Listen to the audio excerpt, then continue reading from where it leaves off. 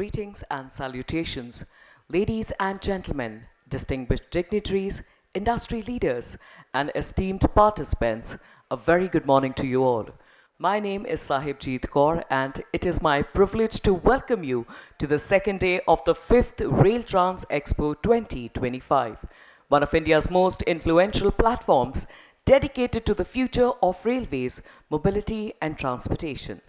This prestigious event is brought to you by the Urban Infra Group, a leading name in public relations, media, and strategic communication for the urban infrastructure sector. Founded in 2018 by Mrs. Mamta Shah and Dr. Vinod Shah, Urban Infra Group has rapidly emerged as a trusted voice bridging the gap between policy, innovation, and public engagement in railways, metro, transportation, and urban infrastructure. RailTrans Expo 2025, organized by Urban Infra Group in association with the Indian Chamber of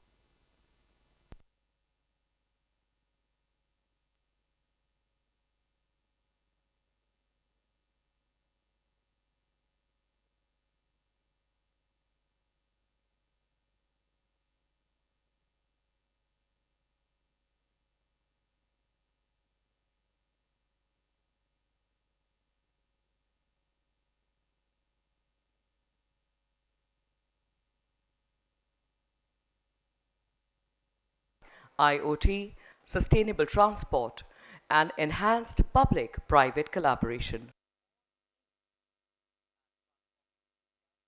Landscape. So once again, extending a very warm and a heartfelt welcome to everybody out there. Welcome to the RailTrans Expo 2025. But before we move forward, I'd like to take a minute and express our deepest gratitude to our partners for helping us turn our vision into reality. Platinum partner, Jindal Stainless Limited. Gold partner, Shyam Steel Industries Limited. Silver partner, DB Engineering and Consulting GmbH. Conference partners, Infineon Technologies, Jackson Infra, and Jupiter Wagons Limited. Branding partner, Afcons Infrastructure Limited. Lanyard partner, Jackson Infra. Badge partner, Western Carriers India Limited. Award partner, Rising Leaders India. Podcast partner, RS Live. Knowledge partners, Gati Shakti Vishwavidyalaya, Nikore Associates, and CILT India. Media partners, Metro Rail Today, Urban Transport News, and Cargo Insights. E-Highway partner, National Highway for Electric Vehicles, NHEV. Supporting partners, Indian Railways, Ministry of Railways, and Ease of Doing Business. Mission partners, Make in India, and of course, Viksit Bharat. With this, without any further ado, ladies and gentlemen, let's begin with the proceedings of day 2 to talk about financing the future, sustainable investment for India's mobility revolution. The first session today will shed light on emerging sustainable and scalable financing mechanisms for India's growing rail and mobility infrastructure needs, balancing public investment, private participation, and climate resilient funding as a part of Viksit Bharat 2047. Join me as I welcome our panelists. Please put your hands together for Director, Works. Allow me a moment.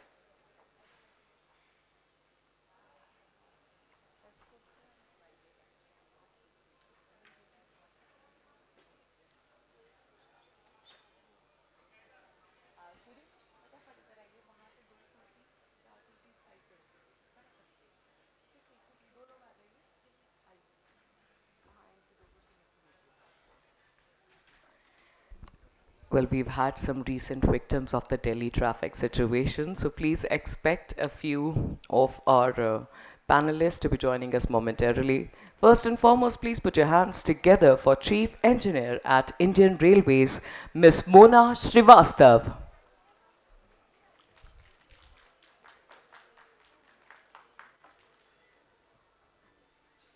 Joining us up next is the Vice President Communications and CSR APAC at Alstom. Please put your hands together for Ms. Sapna Bhawnani.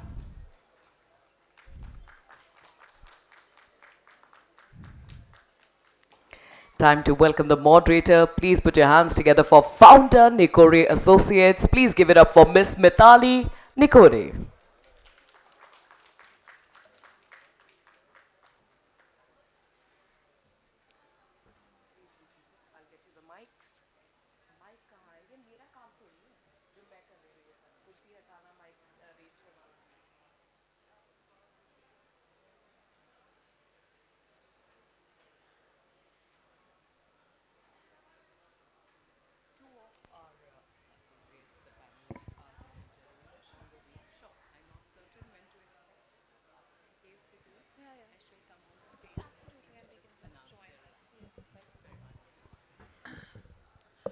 So, a very good morning and a warm welcome to all of you and a warm welcome to our panelists. Mona, Sapna, it's so great to be here.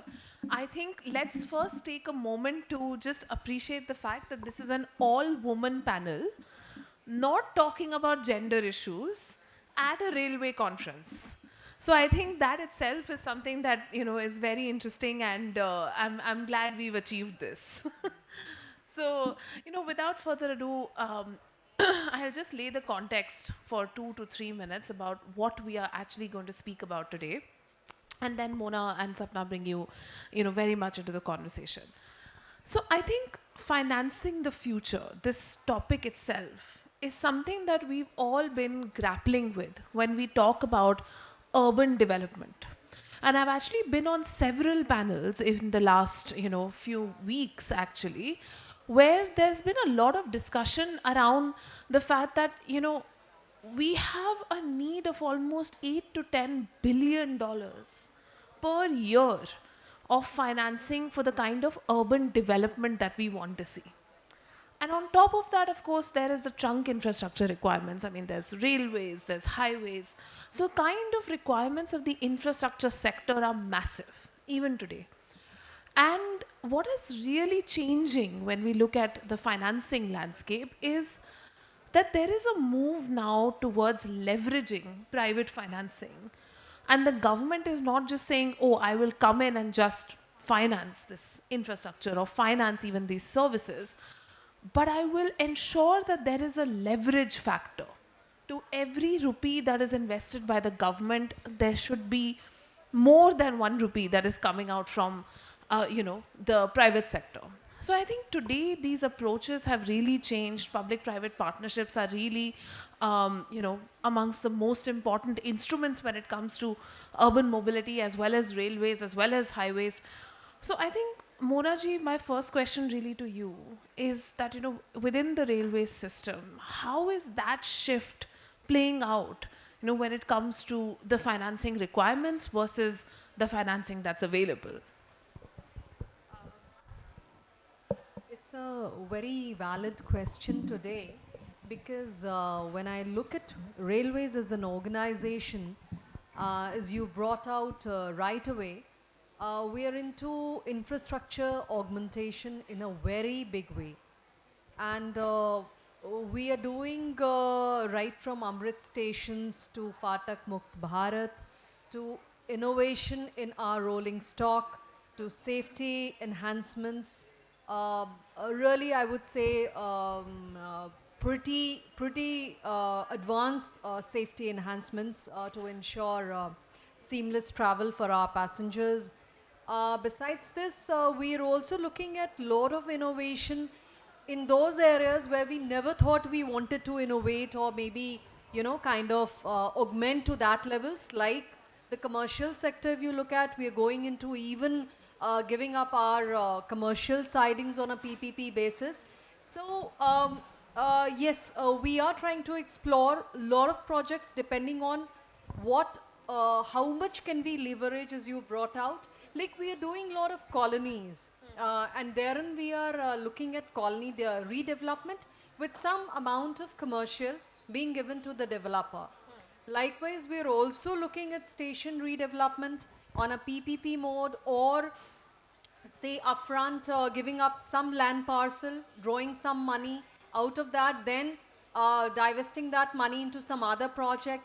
So it depends. The modes are different: PPP, EPC, VGF also we are kind of deploying.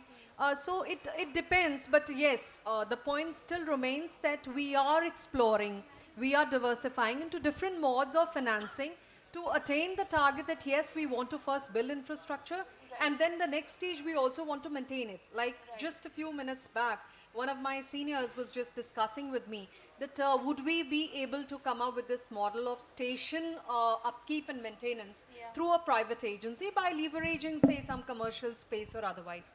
Yes, we are experimenting with that part also. So in different facets, because we are just not a infrastructure building organization. If you look at railways, we are primarily a service organization.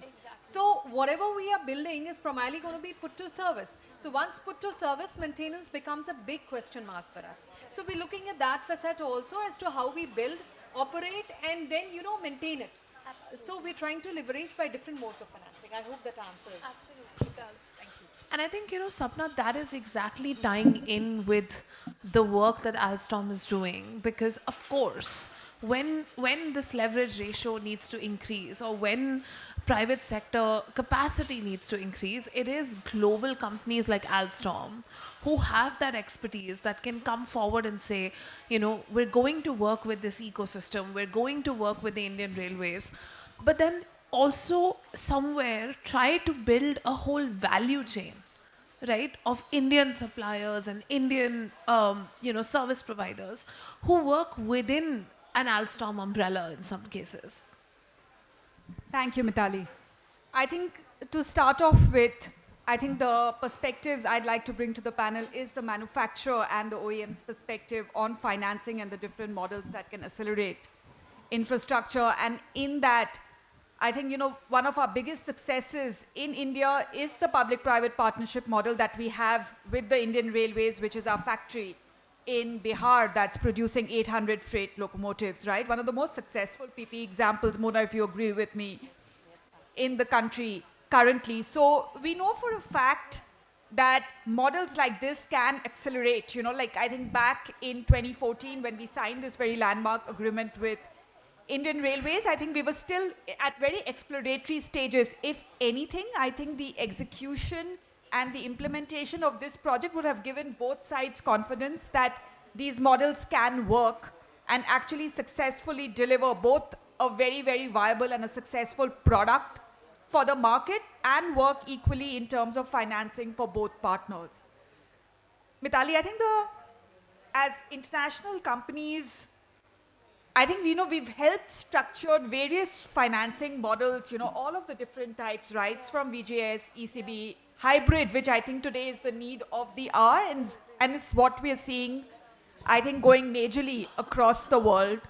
So maybe just a few perspectives to share from a manufacturer's angle, again, in terms of what really can work, right? I think there's a need perhaps to separate out two things in terms of, I think where the government is best placed to lead and where the private sector is best placed to lead. Some of the best examples of PP partnerships, and I'd like to kind of stay on this maybe a little bit on the transit and the metro space as some of the examples that I'm going to cite. In Australia, for example, Indian manufactured trains from our factory in Sri City actually run in Australia. That was the first driverless metros of Australia, Sydney Metro, which we're very, very proud to have built, very much here in India. It runs on a public-private partnership model, right? But I think the risk has been very nicely spread between the government, both in terms of breaks that comes to the concessionaires, as well as the availability risk that's kind of not passed on to the partners, but rather kept with the government, because then, you let your manufacturers focus on their core strengths. Correct. Right? What we're very good to do with our international exposure and our links is to bring forth a lot of sources of financing and good practices in structuring. Yeah. Right? And I think one of our biggest learnings, I think, from having structured and helped in structuring a lot of these metro projects, great examples with Cairo monorail, Dubai in the Middle East, largely, if I see, has been hybrid models where the availability risk rests with the government, because we don't want to pass on revenue or risk, because most of the models that have actually passed on revenue risk have in fact failed. right? And we've seen a few examples of that closer to home as well. Yeah. So maybe I think I'll pass that back to you, Mitali. Yeah, no, absolutely. I fully agree. And I also think that there is a, at the end of the day, we have to look at each subsector differently. So when we are speaking about a heavy rail infrastructure, how is that actually manufactured? How is that deployed? How is that priced?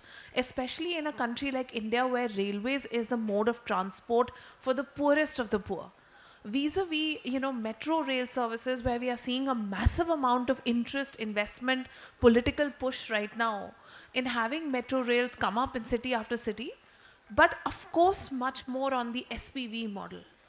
So I think that each of them, the pricing and the entire deal structuring, so to speak, has to be, of course, very, very different. And I think that really brings me to my question, ma'am, is that when we are looking at expanding the reach of the railways, see, the Indian Railways, we know it's one of the largest railway systems in the world, but we are modernizing now. We are moving towards a Vande Bharat era. We are moving towards a high-speed railway era. We are moving towards an era of multimodal integration, right? Because we would want the railways to be well integrated with bus services, with even airport services in the same place. So, how is some of that strategic thinking happening? And then how do you finance those kind of multimodal facilities? You see, because having dealt with the Amrit stations for almost 2 years over Northern Railway in a very big way, and way back in 2010, when the first station was being kind of thought of and conceived, that is a New Delhi station on a PPP mode, as you were bringing out right now, the PPP mode, somehow the risks that we were looking at were not catered to, I would say, or probably at that point of time, Railways was not in a position to take off or jump off with a PPP project. So finally, there was time when we finally came up with New Delhi, and that too on self-financing primarily. Now, when you're saying coming up with multimodal hubs, there's a very different facet to that, because all our Amrit stations are now kind of completely integrated with the state services. Local services, we are having commercial in all modes like retail, office, or whatever the site offers or whatever the site can fetch, that we are offering, because we are now trying to develop these stations primarily as city centers. You see, earlier the vision of railways was very different. We were looking at stations as railway stations, as in the hubs which kind of provide an access to trains. But today that entire facet is changing. We are looking at a railway station primarily as a multimodal hub which caters to other modes of transport for better convenience to our own rail passengers, besides to come up as a city center for the city, for the smaller cities. Because everywhere you would kind of appreciate that railway stations are centrally located in the heart of the city. So situationally, we are having an edge, and we are just trying to exploit that edge by leveraging the space that we have as a legacy, as a government organization, and use it again back for the betterment of the public. Correct. Yeah. Absolutely. And this is the true essence of transit-oriented development in many ways. That, we should be able to spur job creation. We should be able to spur a kind of local economic development in and around the station, and also ensure that, that station is actually linked very, very well for the public, which is something that I think till now we've all sort of struggled with because of the silos that are there between the agencies. I'll just cut you short. One major objection that we had in all the cities whenever we are coming up with the railway station is that your station divides the city into two parts. As in, there is no access from one half of the station to the other. So while I was planning for New Delhi way back in 2007, being in the heart of New Delhi, DDA's prime observation was this, that, the Ajmeri Gate side and the Pahargan side of the station are like, two ends, like two countries. So we started looking from that point of view, and we've changed. I mean, in all cities now, we're providing through FOBs, which was never the case with railways. I mean, from one end of the station to the other end, connecting both parts of the cities, facilitating the local user, the city user. So that's how we are also trying to evolve with the need and the demand of the people. Yeah. Absolutely, yes, ma'am. That's, I mean, we are also seeing that, which is, I think, very encouraging for all of us as mobility professionals. But, you know, Sapna, bringing you into this, I think there's a lot of change that's happening when we look at the mobility landscape in India, right? I mean, one is a movement from, as ma'am said, a pure trunk infrastructure approach and building just stations or building just facilities to now looking at it as a service based, you know, like mobility as a service as opposed to mobility as infrastructure. So how does that impact Alstom's offering? How does that impact a lot of the private sector partners that you work with? Because, you know, you again have to maybe change your approach in some ways to go from a infra heavy to a service heavy kind of service offering. Thank you, Mitali. Excellent question. I think what's happening, and I'll come to Alstom's perspectives later, is that I think everyone is enthused with seeing ridership of public transport increase, right? There are obviously the very obvious reasons of, you know, like passenger movement, freight movement, country growth, and all of that, right? But I think there are enormous, and you touched on that briefly, in terms of the economic and social benefits of investing more in railway infrastructure. And honestly, we're very enthused to see, you know, partners like Indian Railways and the vision that they have and the kind of investment and thrust we've seen in the country over the last decade and the plans that we see for the future. What I think everyone in the system is looking at doing now is to look at the entire thing as a system rather than the individual pieces that each of us are responsible for, and at the end keeping the passenger experience in mind, right? So yes, I can build the best trains in the world, Mitali, but, and I'll give it with a social inclusion example, say disability access, right? But if the stations are not built with ramps for wheelchairs, then the utility of that good that I'm building is very, very limited, right? We can build metros in all of our cities, Mitali, but if you're not addressing last mile connectivity for people to get to metros, our ridership will continue to remain low. And this is, I think, what, as a company, what we are seeing globally is that the adoption of rail numbers, you know, even in a continent like Europe, that has one of the world's best developed rail transit systems, the adoption of rail still remains relatively low because we haven't looked at all of the other things in the system that work in tandem, right? So at one end, while we continue to kind of work on our product portfolio and enhancing the efficiency, the performance, really at the heart of it all is the passenger experience, right? So trains, you know, coming to the station faster, that needs technology evolution, right? At peak hours, we can't have passengers waiting for 20 minutes, 15 minutes for the next. And this is, by the way, I'm not just speaking of metros, right? I'm speaking of autonomous operations even in main lines, right? So that's where tech is going at.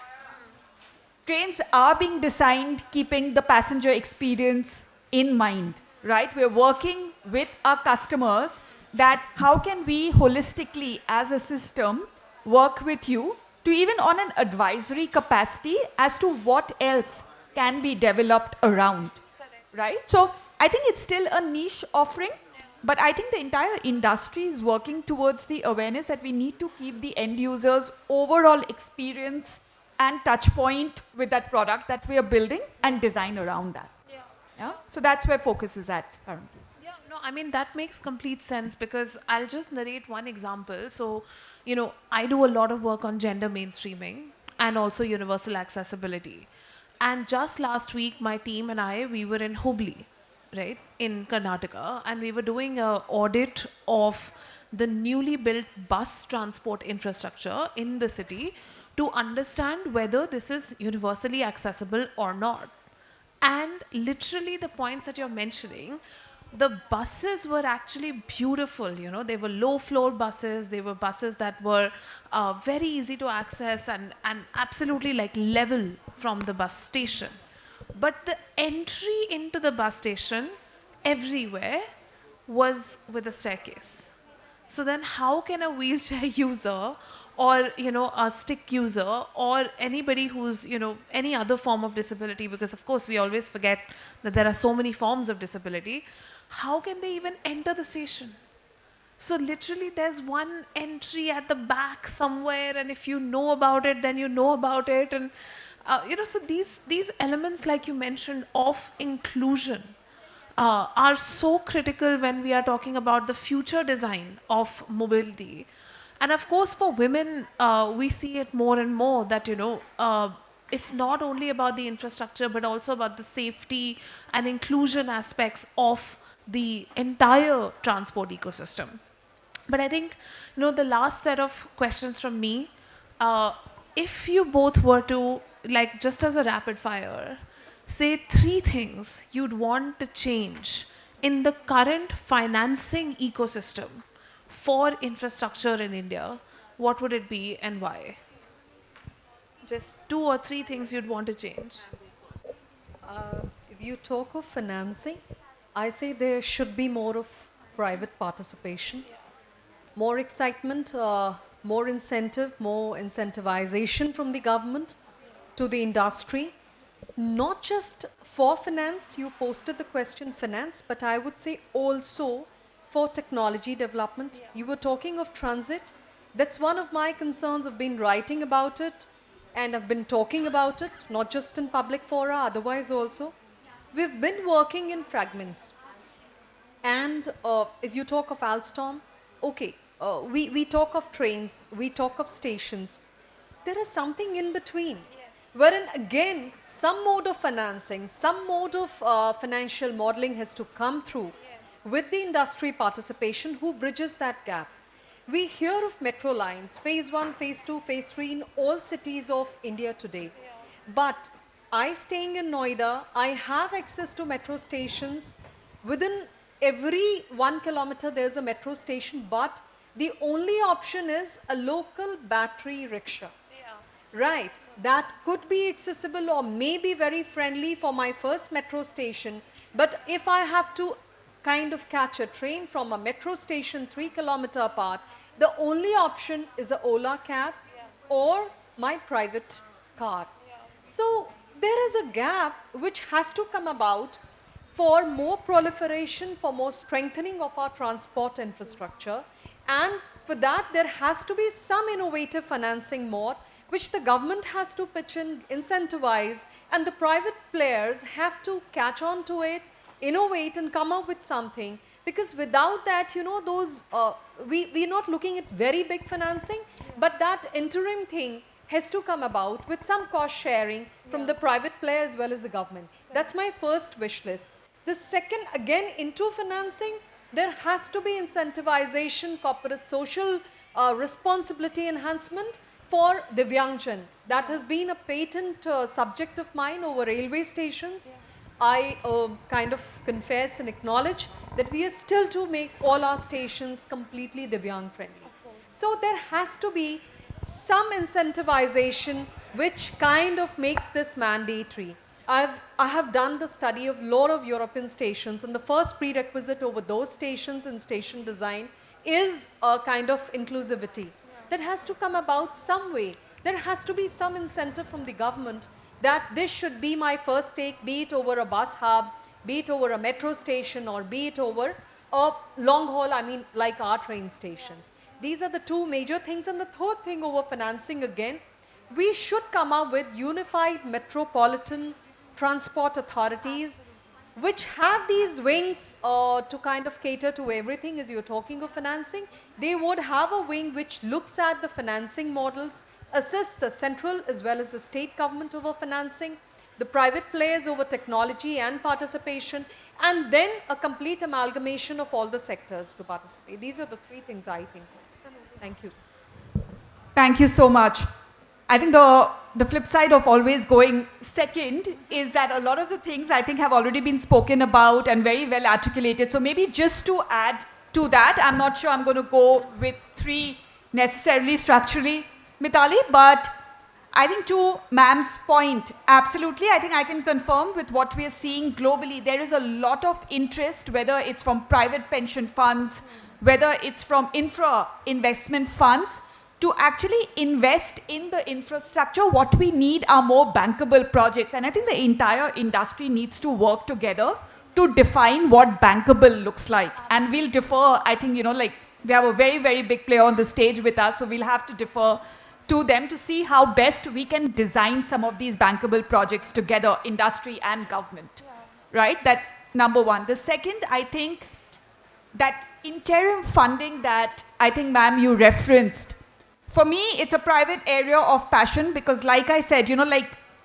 number one, when we are looking at viability and feasibility studies for infrastructure projects, I genuinely would like to see the economic and social benefits of that project beyond just revenues from that project factored into the feasibility study very early on, and more awareness created around investment funds as to these benefits and putting value to these benefits. That's the only way we're going to be able to bridge that.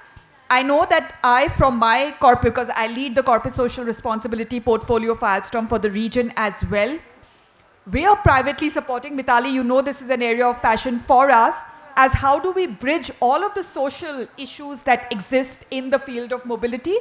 But it's a very, very niche sector of investment, I think, from a CSR funding space, as well as from private. Again, I can confirm there is a lot of private philanthropic capital interest in this space.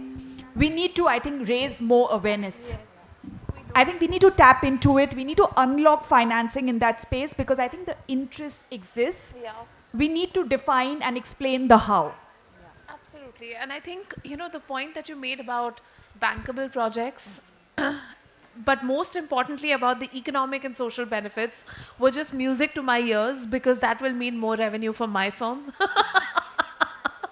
So I would be very happy if there was much more focus on economic and social benefits, because then we can come in and do that for, literally any of the clients. That's what is our expertise. But also looking at, this entire point that you spoke about on sort of building projects for the social sector and for the CSR financing. I mean, like we've been working with, and of course that's how we met. I think there's a huge focus now, even within the social space, and that's where I'm coming from, where we are trying to build projects with self-sustaining revenue streams. And we also want, to work with financiers who come and say, what, it's perfectly fine, we'll put in some initial funding, but after that, you need to demonstrate that your project is actually financially sustainable. And I think that should be, that should be the sort of bar that we set for ourselves as an industry, because the time when, donor money was available for the social projects is pretty much over. So with that, I think our time's up, and I'd like to thank the organizers. Thank you so much for having us, and thank you so much for engaging with us in this very, very interesting conversation. Thank you, Mona ma'am. Thank you, Sapna. Really great, conversation. Thank you. Well, I must congratulate all of you. Thank you very much for your valuable insights. Could I please encourage all of you to kindly come forward for a quick picture and to present a small token of appreciation on behalf of Urban Infra Group, requesting Dr. Vinod Shah, Chief Operating Officer, Urban Infra Group, to kindly join us on the stage. Please, in the front, please.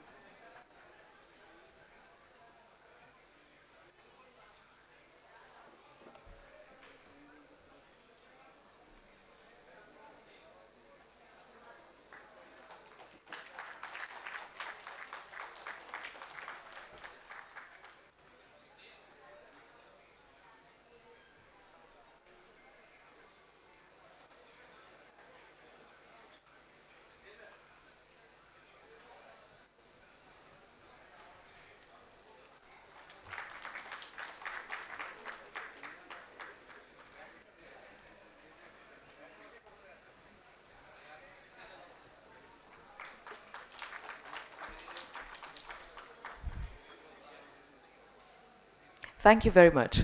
Thank you, ladies.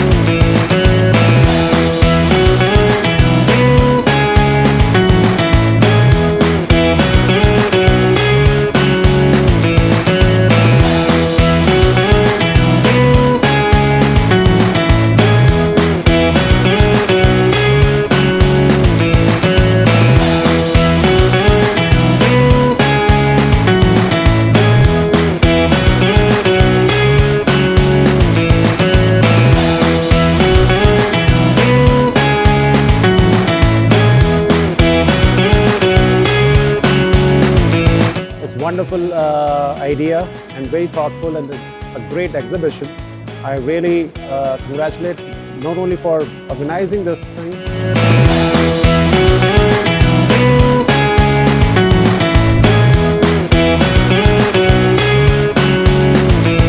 यहाँ पे आने के बाद मतलब 2 दिन हमने spend किया और 2 दिन में हमें काफ़ी सारे अच्छे क्लाइंट्स मिले। इवन सम हमें रेलवे की भी कुछ ऑफिसर्स मिले।